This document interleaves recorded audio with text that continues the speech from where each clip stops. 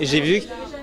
et je ne suis pas le seul, tous nos étudiants en doctorat le voient aussi, qu'il y a un problème de communication, qu'il y a eu en tout cas un problème de communication, c'est-à-dire que les étudiants de premier cycle principalement, qui connaissent peu les professeurs, parce qu'ils ont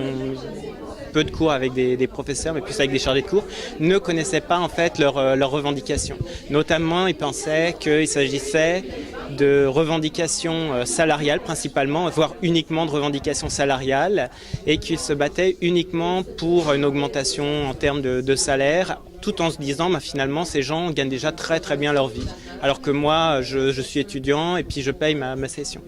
Donc on a beaucoup travaillé avec les étudiants de premier cycle pour leur donner de l'information, pour leur dire effectivement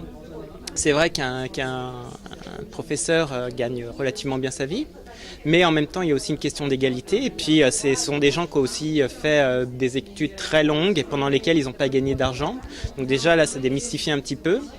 Et puis on leur a dit aussi surtout que ce n'était pas leur seule revendication de très loin, c'est-à-dire qu'il y avait aussi des postes de création de nouveaux professeurs pour faire de la recherche. Il faut voir aussi que les étudiants ne savent pas généralement que les professeurs font autre chose que l'enseignement, alors qu'il y a les deux autres services, à savoir service à la collectivité et enseignement-recherche.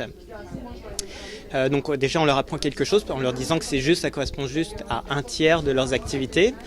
Et puis que finalement c'est eux aussi qui, au-delà du transfert du savoir, le créent en quelque sorte ce savoir. Donc là ils nous regardent un peu émerveillés en quelque sorte, en disant je ne savais pas, donc voilà on leur explique tout ça. Donc pourquoi est-ce que les professeurs se battent? C'est pour avoir une charge salariale, un salaire qui est équivalent à ceux des autres universités, et aussi pour l'excellence finalement de l'institution qu'est l'UQAM, sachant qu'actuellement c'est une institution qui est reconnue internationalement, dont l'excellence des recherches est véritablement reconnue, mais qu'à un moment donné ça devient de plus en plus difficile de se battre si on leur augmente leur charge de cours et qu'en même temps on n'augmente pas leur salaire.